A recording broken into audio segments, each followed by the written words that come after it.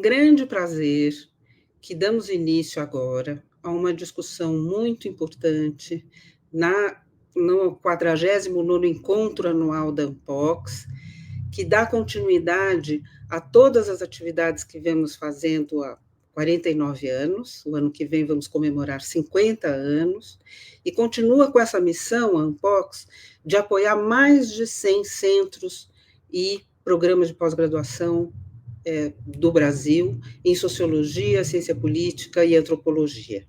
O intento, nesses últimos encontros que temos realizados, é o de tentar entender a situação de crise pela qual o mundo passa. Isso interpela todos nós, cientistas sociais, a pensar, em indagar e nos posicionar diante de situações delicadas. E esse é um pouco o intento dessa discussão que vamos fazer. Eu já agradeço imensamente a presença do professor Paulo Sérgio Pinheiro e a presença do professor Paulo Borba Casella, e já faço a apresentação dos dois, mas eu gostaria antes de chamar a atenção sobre a importância dessa discussão. Dizer que o mundo vive uma situação de crise e de tempos sombrios, todos sabemos, mas sabemos muito pouco da situação específica de sofrimentos bastante consistentes que estão sendo levados a cabo em lugares distantes do Brasil, não é? Mas muito presentes no nosso imaginário e na nossa consciência. Então, a ideia dessa discussão é de dar um pouco mais de elementos de reflexão, de conceito, sobre a questão do genocídio em Gaza.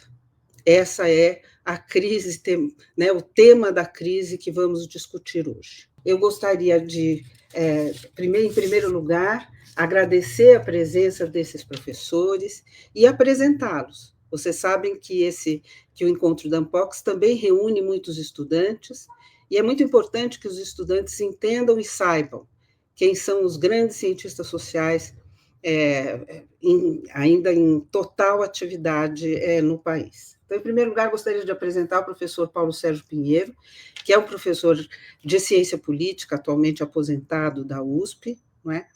E na USP ele teve sempre, aliás, ele foi professor da Unicamp também, mas na USP ele teve uma grande participação, não apenas acadêmica, estrito sensu, na ciência política, mas foi um dos fundadores da Comissão Teotônio Vilela, que desempenhou um papel importantíssimo em relação aos direitos humanos no Brasil, no período da redemocratização, bem como é um dos fundadores do Núcleo de Estudos da Violência, que tem um grande impacto sobre a vida acadêmica, mas também sobre a vida social. Ele também foi, em função da sua experiência no ativismo de direitos humanos, um formulador, e um ótimo formulador, dos Planos Nacionais de Direitos Humanos, tendo sido ministro dos Direitos Humanos, bem como foi o coordenador do grupo de trabalho da Comissão da Verdade, que nós sabemos a importância que tem.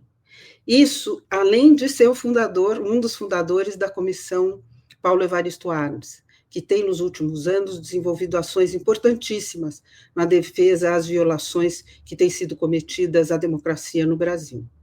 Além disso, ele tem uma participação intensa no universo internacional, em agências, em planos, em painéis importantíssimos relacionados à ONU e que abrangem decifrar e denunciar, fazer relatorias, não é?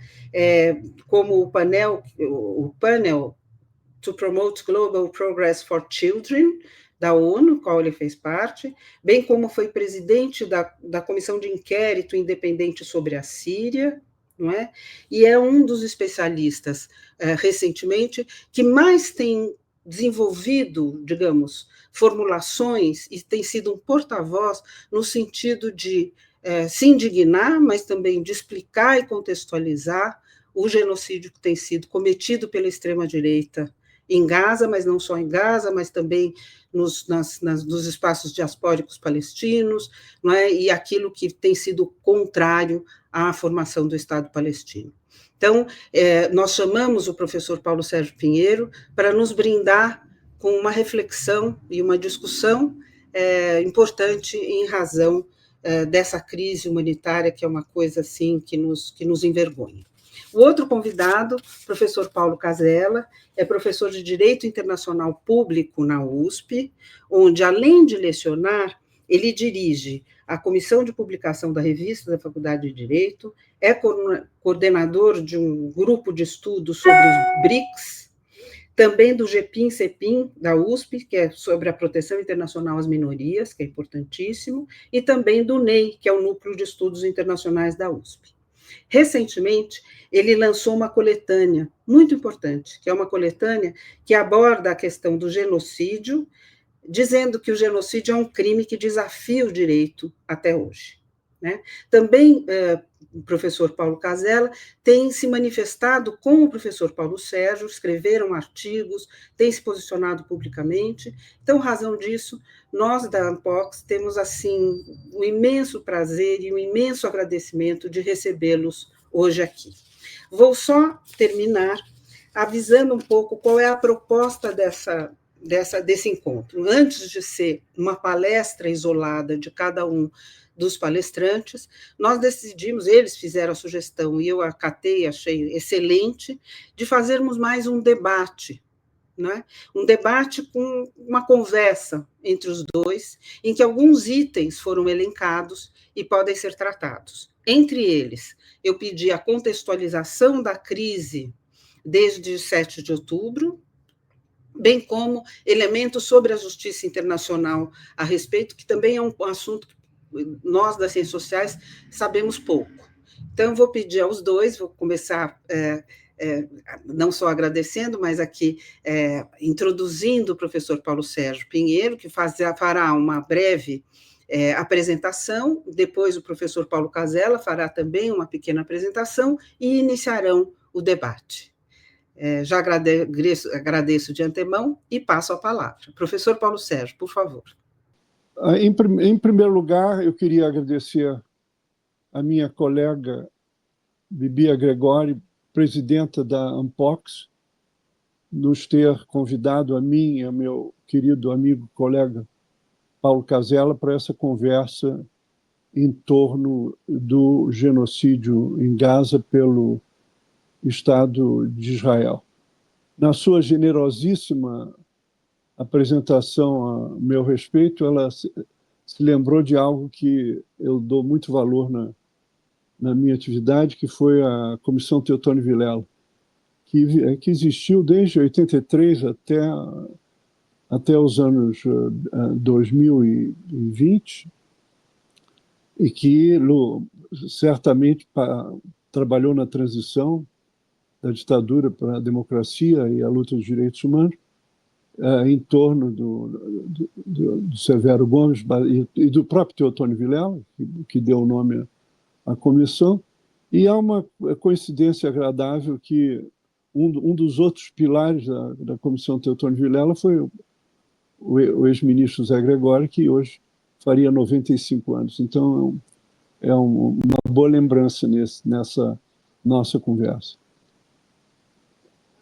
É preciso valorizar e elogiar a decisão da presidenta da Ampox em trazer esse tema para debate nessa reunião importantíssima da Universidade Brasileira das Ciências Sociais, uma entidade super consolidada e de mérito extraordinário, de trazer essa questão do genocídio em Gaza, especialmente porque a Universidade Brasileira, na sua maioria, esteve totalmente ausente desse debate. Em companhia da sociedade civil brasileira, mas isso eu vou falar depois. As manifestações foram pouquíssimas, em boa parte dela por parte dos estudantes. Na Faculdade de Direito, um dos coordenadores de um evento foi recente, foi o meu colega Paulo Casella, e depois, recentemente, semana passada, na Faculdade de Direito, o diretor o diretor da Faculdade de Filosofia e Ciências Humanas fez um ato contra as manifestações da extrema-direita na USP, no Pátio da História, justamente investindo contra as manifestações a favor do povo palestino. Então, eu acho que a professora Bibia nos dá uma oportunidade extraordinária, um privilegiado, de podermos contextualizar esse silêncio da Universidade Brasileira e da sociedade civil brasileira em relação ao que certamente é a maior crise humanitária e de direitos humanos do século XXI. Nem sei o que vai acontecer no século XXI, porque eu provavelmente não vou ver. Mas até aqui eu tenho certeza nenhum outro sucessão de crimes de direitos humanos, crimes de guerra, crimes contra o direito humanitário poderá ser visto outra vez no século XXI. Eu vou parar por aqui e estou ansioso para termos esse ping-pong com o meu querido amigo Casella. É isso aí. Obrigado, Bibia, de novo.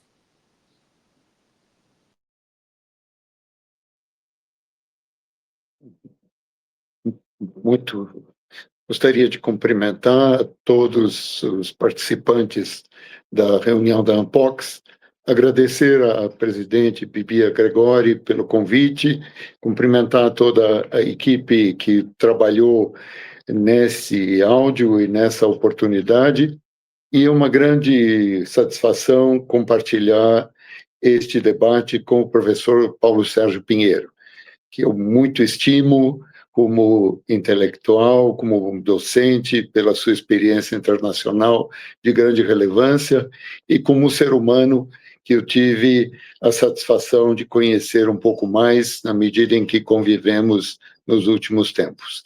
É uma grande honra e uma oportunidade de enfatizar a conscientização necessária da sociedade brasileira e da universidade, como dizia o professor Paulo Sérgio Pinheiro.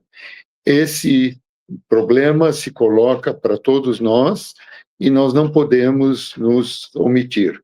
Por isso, cumprimento a Ampox pela iniciativa, agradeço pelo convite e tenho uma grande satisfação de o fazer em companhia do professor Paulo Sérgio Pinheiro.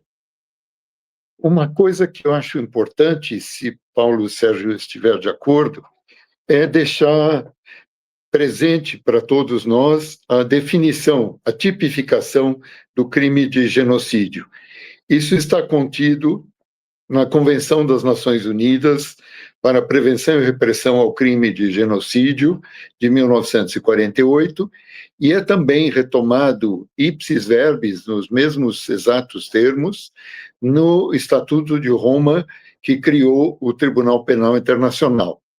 A definição legal do crime de genocídio da Convenção de 1948 e no Estatuto de 1998 é a seguinte: na presente convenção, entende-se por genocídio qualquer dos seguintes atos cometidos com a intenção de destruir, no todo ou em parte, um grupo nacional, étnico, racial ou religioso como tal. A. Matar membros do grupo. B. Causar lesão grave à integridade física ou mental de membros do grupo. C. Submeter intencionalmente o grupo a condições de existência capazes de ocasionar-lhe a destruição física, total ou parcial. D. Adotar medidas destinadas a impedir os nascimentos no seio do grupo. E efetuar a transferência forçada de crianças do grupo para outros grupos. Essa tipificação é importante, porque nós não podemos simplesmente banalizar o termo e usar indistintamente.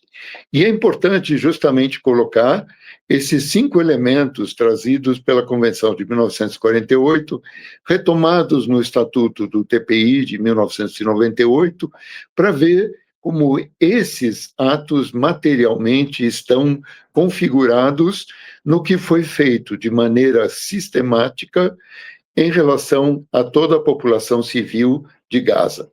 Falamos de mais de 2.400.000 pessoas, quando o conflito começa, submetidos a condições subhumanas e degradantes e necessariamente voltadas para uma destruição desse grupo de maneira sistematicamente foi feito.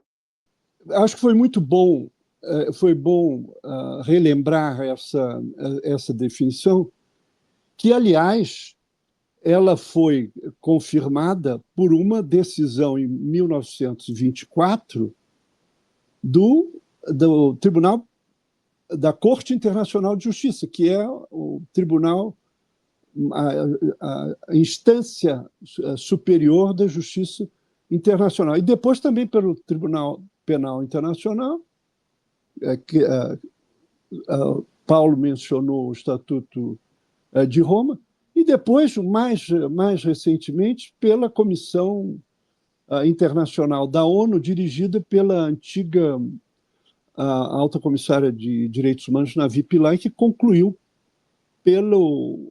pela realização de todos esses crimes que o Paulo resumiu. O que aconteceu em Gaza foi que, a pretexto do chamado direito de Israel de se defender, é muito estranha essa expressão, porque o único lado que pode se defender é Israel. Depois do ataque do Hamas, a tomada de reféns, que agora, hoje, alguns que sobreviveram foram devolvidos, Israel, durante esses 2 anos, depois de 7 de outubro, destruiu tudo que poderia significar vida em Gaza. Isso não é só uma generalização, não. Todas as escolas, todos os arquivos, as mesquitas, tudo que poderia ter a memória de Gaza, que existe há milênios, foi destruído. Mas não foi só o genocídio, foi também um ecocídio. Tudo que significava vida em termos de água, em termos de alimentação, foi destruído, também pelas toneladas de bombas que hoje vão tornar a recuperação de Gaza uma missão extremamente difícil. E ao lado do deslocamento forçado dessa população. Nos últimos meses, Israel resolveu destruir tudo que havia de construção na cidade de Gaza, que é ao norte. Então, onde quase 1 milhão de pessoas estavam abrigadas. Boa parte dessas pessoas transitaram para o sul por causa dos bombardeios de Israel. As pessoas que conseguem ler a imprensa internacional, porque a imprensa brasileira é muito econômica em termos de mostrar o que ocorre com os palestinos, você vê aquelas filas de pessoas voltando para o norte de Gaza para a destruição completa de suas casas. Então, esse desequilíbrio, e, na verdade, esse conflito não foi um conflito entre o Estado de Israel e a organização Hamas, foi um conflito entre o Estado de Israel e o povo palestino. Essas mais de 100 mil pessoas que se consideram soterradas, e mais as mulheres, as crianças, em sua maioria, dos 60 mil que foram assassinados por bombas. Então, isso precisa ser levado em conta. E o que talvez nós vamos desenvolver um pouco depois é que nada começou em 7 de outubro. Isso começou em 1948, quando a partilha entre a comunidade judaica e Palestina não foi realizada no território da antiga Palestina, porque os grupos terroristas judeus assassinaram o conde Folke Bernadotte, que foi enviado do secretário-geral Trigg para fazer a partilha. Então, desde então, houve a expulsão, chamada Nakba, dos palestinos dos 78% do território, porque a partilha era totalmente desigual, onde estava a comunidade palestina e que o novo Estado de Israel expulsou. Então, eu vou parar aqui dizendo, nada começou no 7 de outubro. Desde 48, o povo palestino está submetido a uma discriminação, a um apartheid completo, a uma ocupação de suas terras. Todos os governos de Israel, de extrema-direita, centro e esquerda, todos apoiaram a ocupação ilegal da Cisjordânia.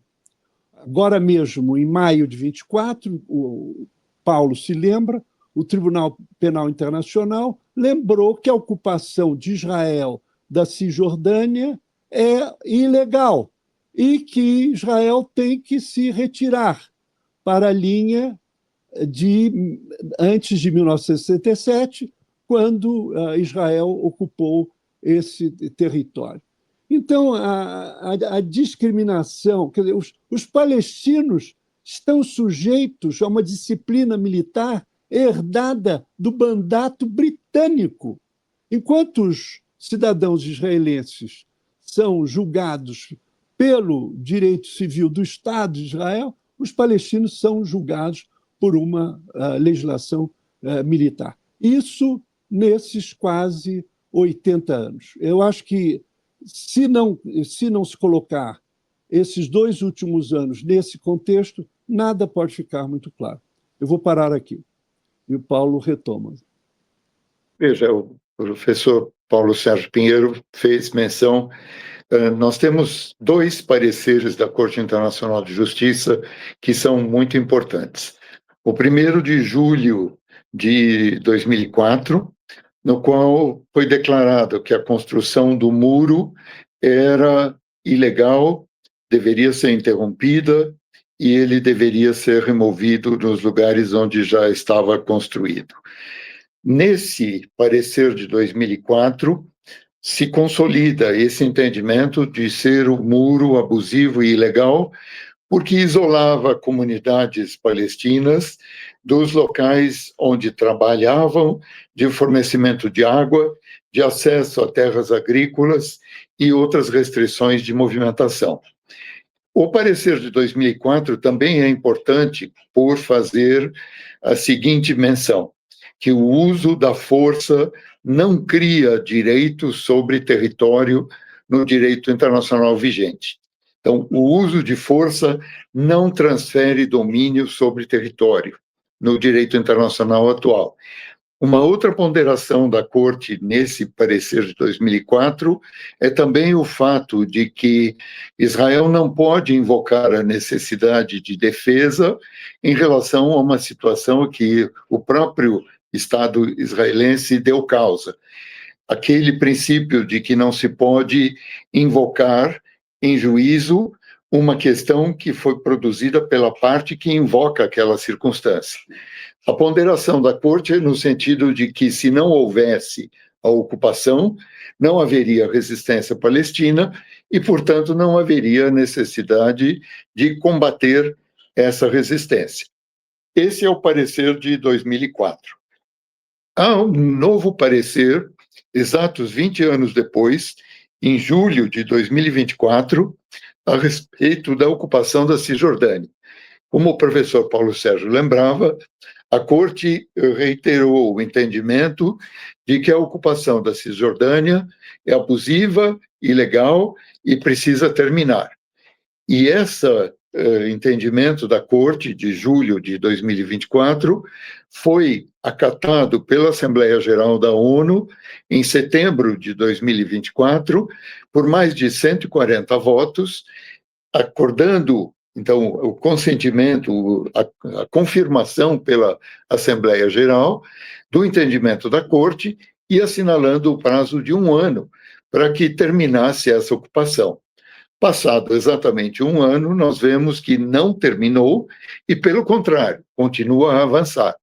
Então, como Paulo Sérgio lembrava, a destruição sistemática de toda a faixa de Gaza se soma ao avanço da ocupação na Cisjordânia, apesar de reiteradamente indicada como abusiva e ilegal, e a isso nós temos de acrescentar atos de violência e agressões contra religiosas e sacerdotes cristãos em Jerusalém. Têm sido verbalmente e fisicamente agredidos e têm sido feitas pichações em muros de mosteiros e de igrejas, dizendo que vocês não são bem-vindos aqui. Esse conjunto de atos se conjuga no tempo e continua acontecendo até agora. Temos esta semana a possibilidade de que a trégua alcançada se transforme numa paz, mas essa precisa ser implementada e há vários pontos que podem suscitar diferenças de interpretação. Por isso é muito importante situar alguns pontos básicos e também o entendimento do Tribunal Penal Internacional quando emite mandato de prisão contra o primeiro-ministro de Israel, Benjamin Netanyahu, e o então ministro da Defesa, Yoav Gallant, por prática de genocídio. A comissão independente da ONU, que fez um relatório declarando que há concretos indícios de cometimento de genocídio em Gaza. E essa situação tem a chancela, então, da Corte Internacional de Justiça, do Tribunal Penal Internacional, da Comissão Independente da ONU para a Avaliação do Genocídio, sem esquecermos o caso em andamento perante a Corte Internacional de Justiça da África do Sul contra Israel por prática do genocídio. Nesse procedimento, a Corte, se entendesse que não havia indícios, poderia ter recusado o andamento do caso. Não o fez, o que significa que a Corte reconhece haverem indícios de prática de genocídio. A ação iniciada pela África do Sul conta também com a participação da Espanha e, muito recentemente, o Brasil também decidiu juntar-se a essa causa. Passo a palavra, Paulo. Agora, a pergunta que fica no ar é por que Israel jamais respeitou nenhuma resolução das Nações Unidas? Em primeiro lugar, porque as potências do Norte, que apoiaram, a partir do Reino Unido, a partir da declaração do Lord Balfour, que era secretário das Relações Exteriores, dizendo a necessidade do estabelecimento de um território, um lar para a comunidade judaica, até o presente, sempre essas potências mantiveram total apoio a Israel. Quer dizer, se Israel não recebesse os bilhões regulares que recebe do Colosso do Norte, que eu não vou precisar dizer qual é o país, esse genocídio não teria sido ocorrido. A minha colega Francesca Albanese mostrou como os interesses econômicos internacionais financiaram o genocídio. Sem esses apoios, Israel não teria condições de fazer isso. Então, esse apoio, fundamentalmente, dos Estados Unidos, da Alemanha e do Reino Unido permitiram que Israel se comporte dessa forma. E isso se traduz também pelo congelamento da configuração, desculpe as palavras, da configuração dos órgãos políticos da ONU. O Conselho de Segurança está congelado em 1945, com 5 países que não são tão grandes potências quanto eram antes, têm poder de veto. E o Colosso do Norte, durante todas essas décadas, desde da existência de Israel, sempre vetou, com pouquíssimas exceções, uma vez no governo Obama, as resoluções obrigando Israel a cumprir as determinações do Conselho de Segurança. Uma das últimas votações do Conselho de Segurança, que, como todos sabem, tem 15 membros, 5 permanentes, os 14 membros foram a favor da suspensão da guerra em Gaza. Os Estados Unidos vetaram e nada absolutamente aconteceu. Os subsecretários do secretário-geral continuam sendo, os departamentos mais importantes continuam sendo das potências ocidentais. Não é possível que isso continue. Então, graças a isso, Israel pôde não cumprir nada dessa avalanche de decisões que o meu colega Casella acabou de relembrar. Quer dizer, a Justiça Internacional fez o seu papel, mas os órgãos políticos da ONU não tiveram nenhuma condição de estancar esse genocídio. Por outro lado, é preciso dizer também que o resto, boa parte dos Estados-membros da ONU se lixaram da ocupação ilegal de Israel, dos territórios palestinos ocupados. O que os primeiros ministros de esquerda, a extrema-direita, em Israel, 2 foram antigos terroristas dos grupos que mataram o conde Volker Bernadotte. Nunca deixaram de avançar nessa ocupação. Então, evidentemente, que há uma dissociação entre o que a Justiça Internacional, que teve um belo desenvolvimento, consegue realizar, e a implementação das decisões por parte dos órgãos políticos da ONU, que é basicamente o Conselho de Segurança, porque a Assembleia Geral teve várias votações, a Paulo acho que mencionou isso mesmo, ratificando as decisões da Assembleia Geral.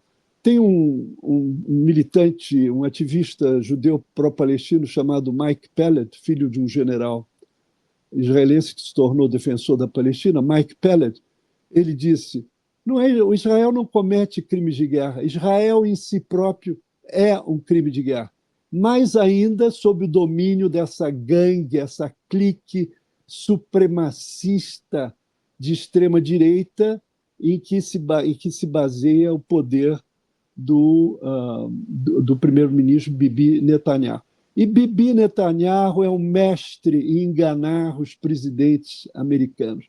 Os presidentes americanos, às vezes, assim dispõem com Israel. O próprio Reagan, Bush, em um certo momento, Obama, Biden, mas Bibi dá sempre um jeito de enganar o Colosso do Norte. E agora, Paulo acabou de mencionar algo que está no centro das atenções, que é esse plano oferecido pelo imposto, devo dizer, ao primeiro-ministro Bibi, pelo presidente norte-americano, mas que, além da libertação dos reféns, o resto é um menu de restaurante, cujos pratos não estão ainda sendo preparados. Tudo pode ocorrer. Eu só cito um absurdo, que é essa criação de um comitê internacional presidido pelo presidente Trump, e citando, é o único citado, é o ex-primeiro-ministro Blair, que todos se lembram, aquele que era tinha caricatura de poodle, porque seguiu os Estados Unidos na invasão do Iraque. O Blair, durante 7 anos, foi representante do quarteto Estados Unidos, Rússia, União Europeia e ONU, de 2007 a 2015. Não fez absolutamente nada, nem pisou em Gaza. E agora ele é o único citado nos 21 pontos para fazer parte desse comitê internacional, sem nenhuma base do direito internacional, que deverá presidir o futuro de Gaza. Eu paro por aqui. Eu não sei se a Bibia quer fazer alguma intervenção, alguma lembrança. Só depois eu retomo, mas eu acho que seria muito importante colocar, Paulo, além do fato de termos no Brasil uma certa omissão, não só da universidade, mas também da sociedade civil, em razão dos acontecimentos e dos graves acontecimentos e dessa grave violação a tudo que a gente considera como humanamente plausível na situação de Gaza e também da Cisjordânia, eu acho que seria importante vocês mencionarem um pouco a situação do sionismo no Brasil, porque tivemos uma série de acusações, inclusive em razão de judeus brasileiros, que se manifestam sistematicamente contrários ao genocídio.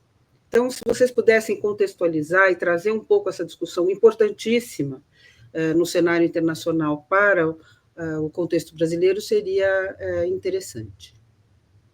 Se o Paulo concordar, eu vou começar. Eu vou ser bem rápido, mas é que eu estava na minha cabeça falar disso. Em primeiro lugar, é preciso registrar a profunda ignorância. Desculpe usar essa palavra. Eu deveria usar uma palavra mais diplomática. O profundo desconhecimento sobre a questão de Israel na sociedade brasileira. Não vou culpar o povo brasileiro. A ausência de debate na mídia impressa e eletrônica. Hoje, há alguns sites mais contestatários que falam isso, mas essa mídia, ela é pró-Israel, ela defende Israel, e tudo que significa crítica a Israel é taxado de anti-sionismo. Há profundos interesses econômicos ligados a Israel. Esses interesses estão certamente presentes no interior do governo, sempre estiveram, e dos governos estaduais. Lembre-se, o excêntrico governador Tarcísio se envolve numa imensa bandeira lençol de Israel para ir a uma manifestação fundamentalista evangélica. E o Congresso Nacional. O Congresso Nacional tem quase 100 deputados evangélicos, sionistas cristãos, que defendem o Estado de Israel e que são a favor da guerra contra os palestinos. Por quê? Porque a política de Israel, a existência mesma de Israel, é a garantia da segunda vinda do Messias. E isso é não só pela bancada evangélica, mas também pela frente evangélica, que é um pouco mais do que só os... Eu assinei o número exato para eu não dizer bobagem. Os deputados evangélicos são 90 a 100 e 10 a 15 senadores. À frente são 219 deputados e 25 senadores. Esses são a favor de Israel. Houve uma sessão especial sobre Israel no Senado e cantaram o hino de Israel e não falaram nada sobre a Palestina.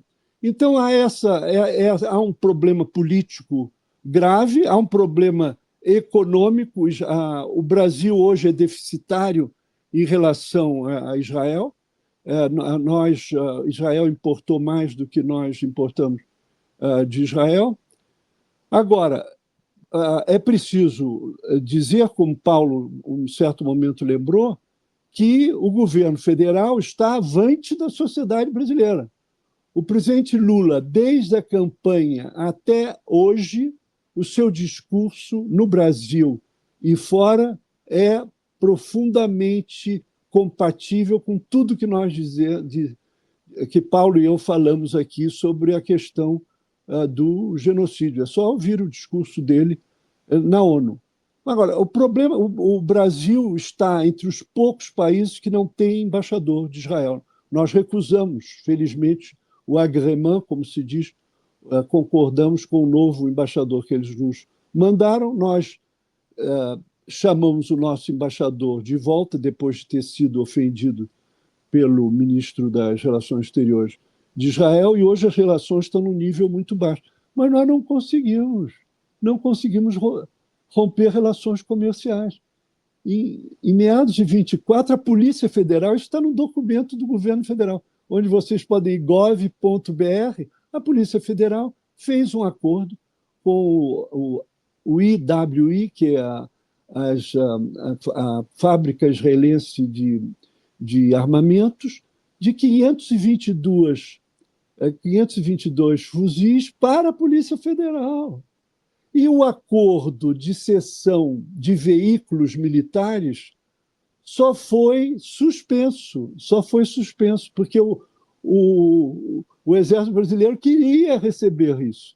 Então, há uma disparidade, quer dizer, o governo federal, através basicamente do presidente Lula, porque a maioria do governo, com exceção do ministro Mauro Vieira, com todas as suas notas na linha de tudo que nós estamos dizendo em relação à Palestina, e o meu querido amigo, o embaixador Celso Amorim, que realmente brilha no debate brasileiro com a crítica a essa política genocida do Estado de Israel.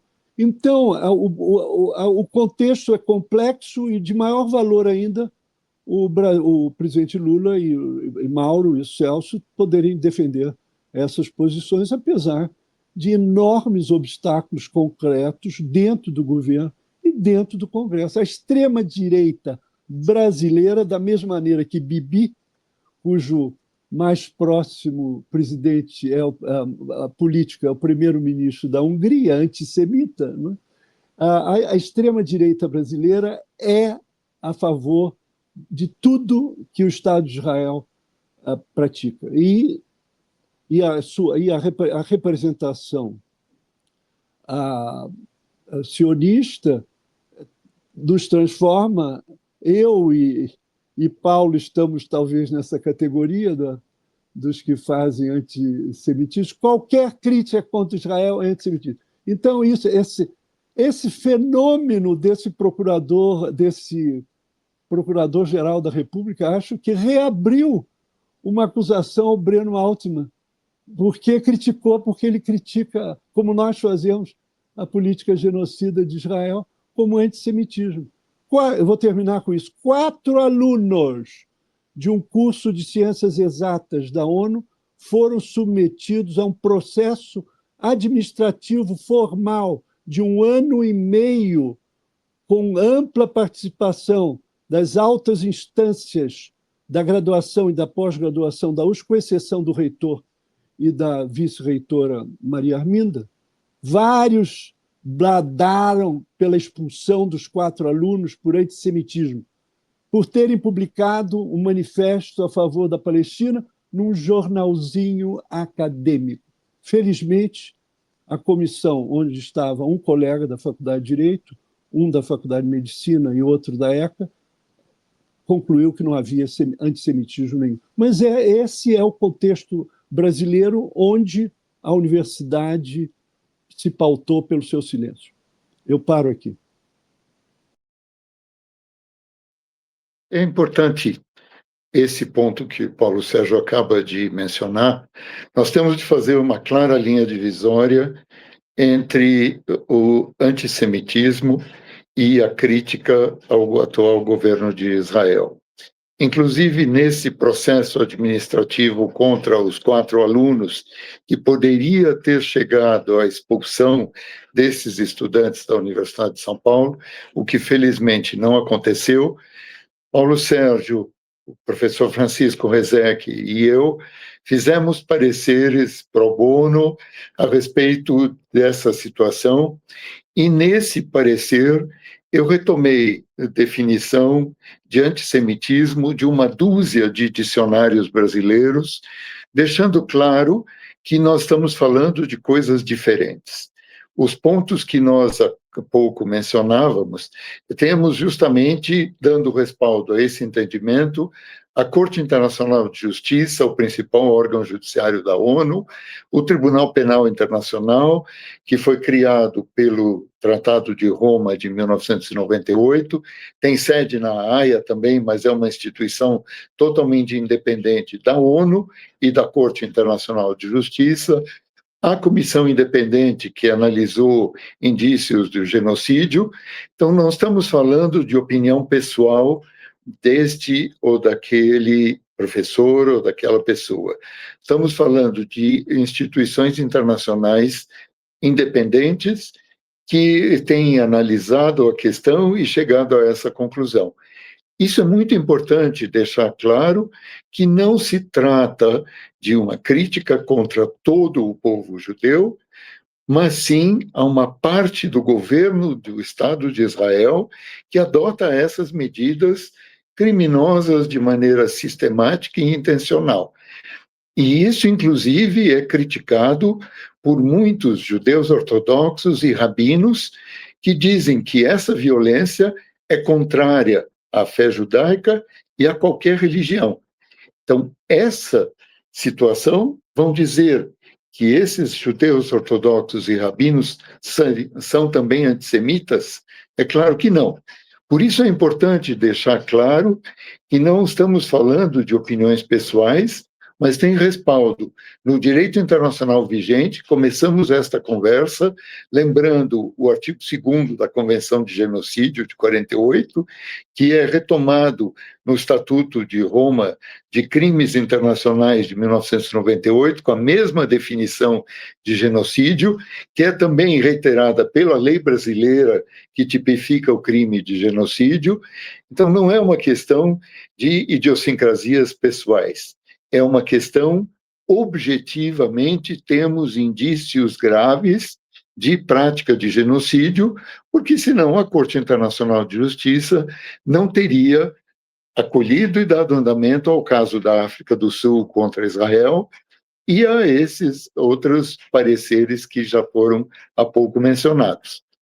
Eu acho que isso Paulo já mencionou, mas eu tomo a liberdade de insistir um pouquinho mais.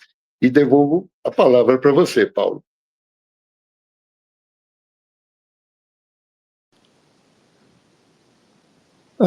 Eu já, quer dizer, evidentemente, caso a sociedade brasileira e também a Universidade Brasileira fosse mais informada sobre essa questão, evidentemente que, como ocorreu praticamente em todas as universidades importantes do mundo, durante esses 2 anos, houve manifestações extraordinárias.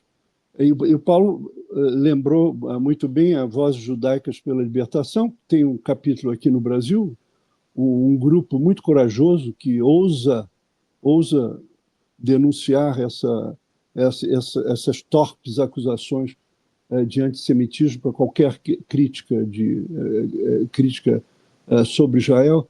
Eu mesmo participei, quer dizer, assisti em Nova York uma manifestação numa grande estação ferroviária de Nova York, promovida, havia milhares de pessoas, promovida justamente pelas vozes judaicas de libertação, desse movimento de judeus. É lamentável que as entidades que defendem os interesses do Estado de Israel possam predominar. Por exemplo, há entidades de lobby de Israel que são citadas como fonte para noticiário e para artigos de articulistas na imprensa escrita. Quer dizer, se abre espaço para lobistas do Estado de Israel e que atuam também com toda a liberdade no Congresso Nacional. Evidentemente que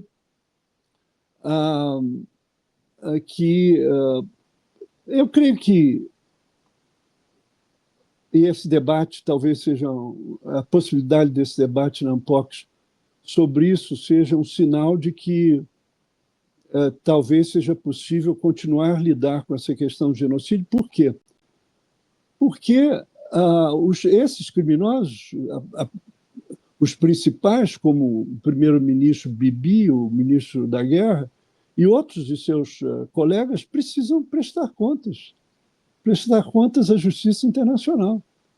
O fato que isso poderá não ocorrer não quer dizer que eles precisam se explicar e precisam ser processados pelos crimes que foram cometidos em Gaza e que continuam a ser cometidos na Cisjordânia. Por que a Cisjordânia não é bombardeada como Gaza? Pela simples razão da existência de hoje 700 mil colonos judeus ilegais na Cisjordânia. Então, eles seriam mortos. E eles não podem ser mortos como se matou, como se assassinou os palestinos em Gaza. E o que os colonos têm feito? Com apoio das Forças Armadas e a Polícia de Israel e do ministro encarregado que é a dupla supremacista de extrema-direita, e com apoio dos colonos, queimam as casas, queimam os automóveis, destroem as plantações de oliveiras ou qualquer outra agricultura. Isso está ocorrendo, apesar do presidente Trump ter sido ovacionado no parlamento israelense hoje, parece. E isso não parou. Quer dizer, esse acordo não teve nenhum efeito no que está ocorrendo na Cisjordânia. Honra seja feita, o ministro Mauro Vieira, numa das suas notas, justamente registrou essa sucessão de crimes que estão sendo cometidos na Cisjordânia. Então, como a universidade deixou passar praticamente, na sua maioria, o genocídio do século XXI, no prolongamento, quem sabe, depois desse nosso debate, talvez seja muito pretensioso da nossa parte, uma discussão possa ser feita, quais são as consequências do cometimento desse crime pelas autoridades do Estado de Israel e também pelos Estados-membros que contribuíram financeiramente para o genocídio, como a Francesca Albanese demonstrou no seu último relatório. Quer dizer, o genocídio tem uma face econômica que ela chamou atenção. Quer dizer, então, não só empresas, mas há vários Estados-membros que participaram do conluio que tornou possível esse genocídio. E o genocídio só durou 2 anos por causa de Estados-membros da ONU contribuíram e protegeram politicamente o governo supremacista de extrema-direita de Israel. É isso. Exatamente. Um outro caso de genocídio em andamento na Corte Internacional de Justiça que descreve essa situação de conivência que Paulo Sérgio há pouco mencionou. É uma ação iniciada pela Nicarágua contra a Alemanha pela contribuição ao genocídio em Gaza.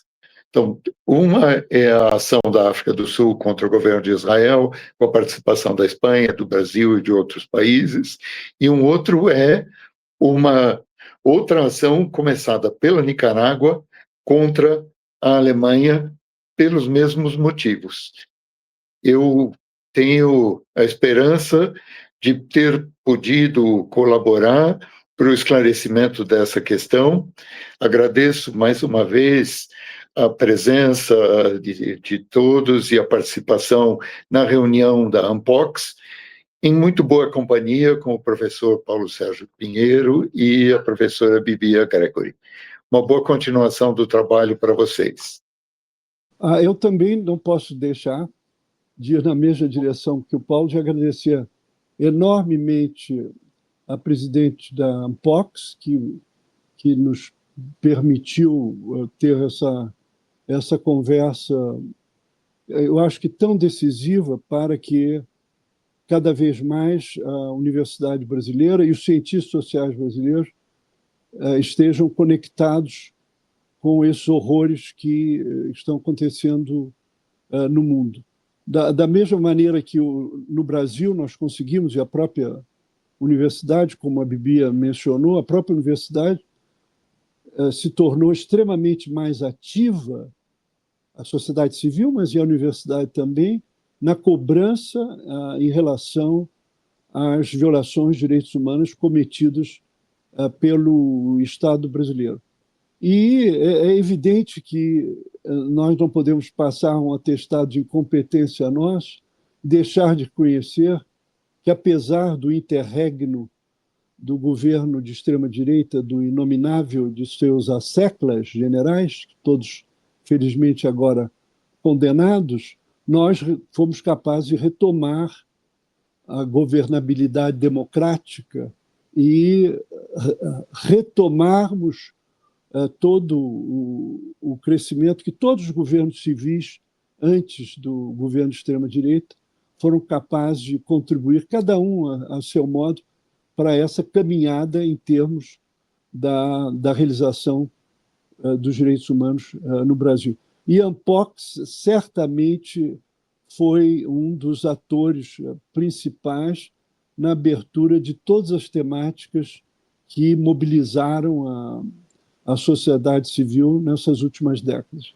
Então, nós ficamos muito contentes, o Paulo e eu, de podermos estar participando dessa longa caminhada da Ampox no ano de 2025. Obrigadíssimo. Fortes abraços. Eu vou retomar aqui, agradecendo imensamente esse debate que foi curto, mas valioso, né, sobre uma situação que Paulo Sérgio tem toda a razão, implica um imenso desconhecimento. E não é um desconhecimento apenas da população brasileira, mas é um desconhecimento, inclusive, das chamadas camadas mais esclarecidas, não, né, porque não são esclarecidas necessariamente, mas da universidade e da sociedade civil organizada, que passou a enfrentar as violações à democracia brasileira, mas nutrem um profundo desconhecimento sobre a situação que ocorreu e que ocorre sistematicamente nesse mundo, né, que é Israel, que é Cisjordânia, que é Gaza, como você bem explorou, que não começou agora em 7 de outubro, mas que tem a sua história em algo que foi prometido e não foi cumprido, que foi a criação do Estado da Palestina, e que significa, e isso nos interessa enfatizar, uma violação absoluta, é o maior, talvez, como você usou, a maior crise humanitária que até agora vivenciamos no século XXI. E que isso, inegavelmente, não deve, com certeza, deixar de lado as violações cometidas pelo grupo terrorista Hamas em relação às pessoas que foram não só sequestradas, como mortas naquele atentado. Mas isso não justifica, não é, o imenso genocídio que a gente é capaz de chamar de genocídio a partir de todas essas indicações que o professor Paulo Casella aqui mencionou, não é? e as consequências e os efeitos desse genocídio, que talvez, Paulo Sérgio, acho que o que mais me chama a atenção não é a destruição apenas, enfim, é terrível, né, das pessoas, as 67 mil crianças e mulheres que foram mortas, e a violação, digamos, daquilo que eles poderiam receber como ajuda humanitária, mas a destruição de uma cidade, de um povo, das suas instituições, da sua memória, não é? Isso é de uma gravidade, enfim, daquilo que constitui a possibilidade de uma vida comunitária, isso é de uma gravidade extraordinária e que não pode ser perdida das nossas considerações, né? Então, a ideia da Unpox foi justamente trazer esse tema que incomoda tantos, não é? A partir de duas pessoas que têm uma expressão e um posicionamento e uma expertise para discutir essa questão, para nos brindar com esse debate e talvez minimizar esse imenso desconhecimento que temos a respeito dessas violações, dessas crises e dessa situação humanamente impossível que geraram lá. Então, agradecer imensamente ao professor Paulo Casella, da Faculdade de Direito da USP, ao meu querido Paulo Sérgio Pinheiro, professor de Ciência Política, aposentado da USP, por essa oportunidade da gente discutir, da gente entender, da gente conhecer melhor e poder se posicionar melhor. Muito obrigada.